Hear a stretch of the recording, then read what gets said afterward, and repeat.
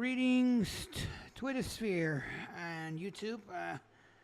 I chose to do yet another live stream real quick and then try to be brief. Basically, this is going to be a series of live streams that basically are going to ask the same question, and that is, can we trust our elected officials?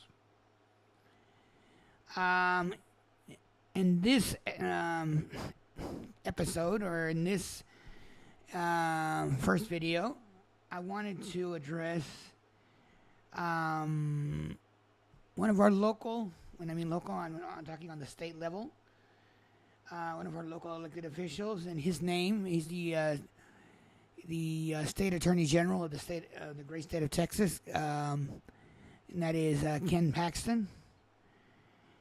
Ken Paxton is running for re-election again in November, and a lot of people favor him because they think he's done a lot, but his reputation is so tainted right now in the media. And if you look at, I can show you here the articles that are in the news. There's one article that talks about the fact that he is banned his, the most recent one, he's banned his state lawyers, his attorney's office, from talking or dealing with the state bar. State Bar of Texas, they're the ones that deal with the the licensing of lawyers and attorneys in the state of Texas. He's basically in a heated dispute with them, where he's talking about, because of the fact that they're investigating him for basically, because they said that the lawsuit that he filed, with respect to the 2020 election results was without merit, and he had no legal right or legal reason which to file that lawsuit. Okay, so they investigated him, and I believe they're suing him about that.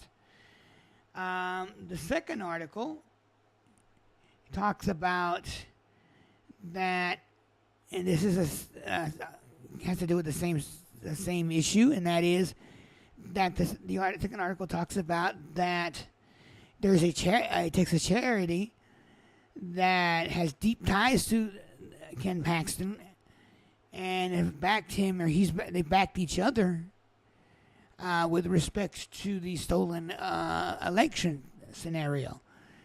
Basically, this charity has been investigated, and it appears that Paxton has been covering up for them. I don't know if that's true. Honestly, I don't know what to make of it. But I ask you that may be watching, who is a citizen of the state of Texas, to really look at everything that's going on in the news with respect to this individual and ask yourself, is this the appropriate individual to be in an elected office in the state of Texas? I mean, given all these articles that have come out about him, the fact that he is under indictment, has been under indictment and under a federal investigation,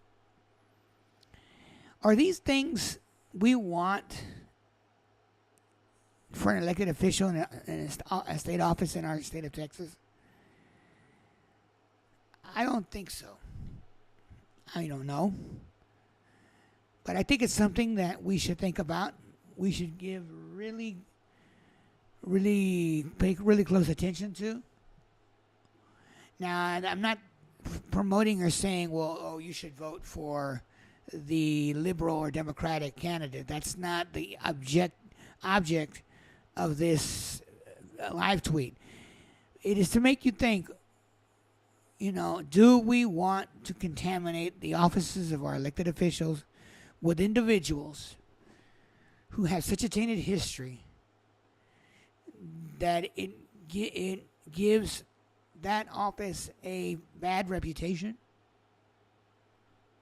I don't know. I would think if this individual is in such hot water as he is, why doesn't he vacate his office?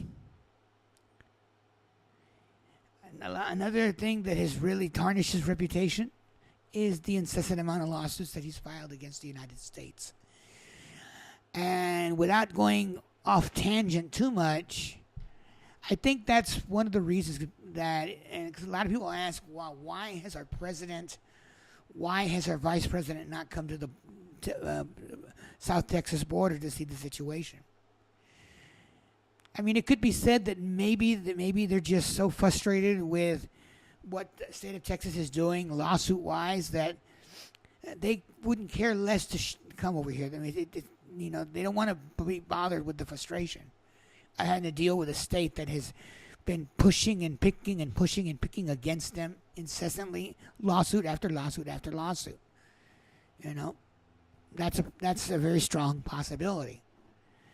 Well, do we want to have these type of elected officials in our elected offices in this state that have these tarnished reputations? That's something that I think we need to think about between now and November when the election occurs, and I hope that we do. Even if you don't like the other candidate, I mean, I'm not going to say don't vote for the other candidate. You may want to write in a name. I mean, if you're that dead set against the other party. But I think the issue here is whether or not we keep this individual in an elected office, given the tarnished record that he has. Is this good business for our state? As a citizen of the state of Texas, I think we need to think about this. That's all I have for now. I will probably bring a couple more individuals to light throughout the course of this week. And this is, as I said, it's just for thinking in retrospect. As a citizen of the state, what do we want for our state? Do we want something better? Do we want something that's not tainted? We have too many spoiled apples in the barrel, and I think if we don't remove them, more apples will spoil later on. That's, I think, safe to say.